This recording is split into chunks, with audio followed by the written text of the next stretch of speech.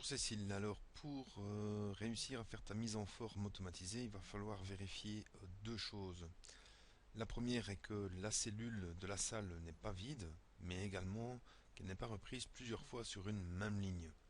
Ou sinon, toutes les cellules vides vont également se mettre en forme alors qu'il n'y a pas lieu. Donc on va découper les opérations en plusieurs étapes pour enfin les regrouper en une seule. Donc le premier test ici, à savoir si la cellule n'est pas vide. Je vais donc chercher la fonction dans la catégorie information isBlank, isEmpty je pense en français,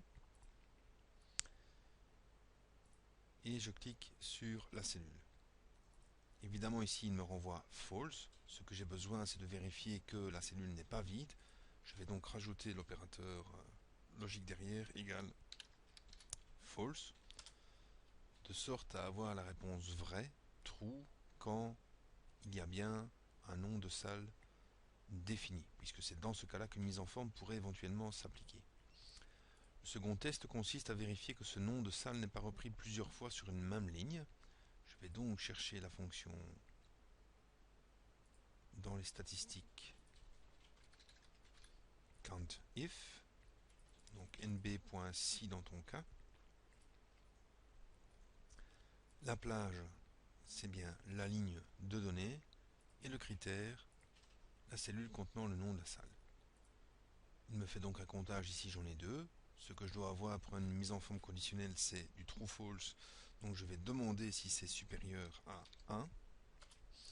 Comme ça, j'ai les deux conditions qui me disent vrai. Donc effectivement, les cellules D3 et H3 doivent être mises en évidence puisqu'elles contiennent le même nom de salle. Il faut donc regrouper les deux tests en un seul.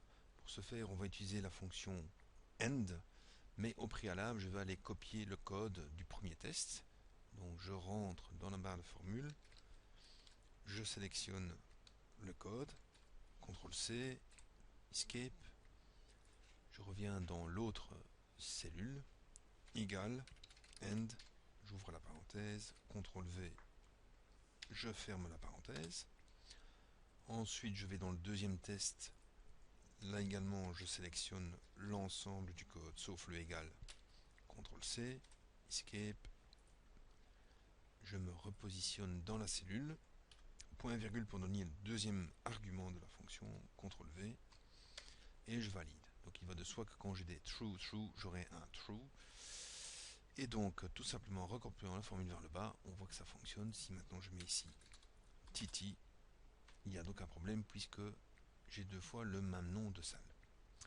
Maintenant, il va falloir copier cette formule dans la mise en forme conditionnelle. Donc, j'édite la cellule et je sélectionne l'ensemble du texte, CTRL-C. Attention, c'est ici que c'est un peu particulier, puisque lorsqu'on définit la mise en forme conditionnelle, elle se base sur la cellule en cours. Dans la mesure où tu fais une sélection d'éléments non consécutifs avec la touche CTRL, il faut prévoir le coup que la cellule en cours soit la dernière ici en haut. Et donc, il faut faire une sélection inversée pour pouvoir définir la mise en forme conditionnelle sur base de cette cellule-là. Ce qui est plus facile. Ensuite, mise en forme conditionnelle, nouvelle règle, utiliser une règle pour définir le format. La formule, je fais donc un petit CTRL-V. Alors bien évidemment ici, il va falloir jouer avec les références absolues et relatives. Donc D3 reste relatif.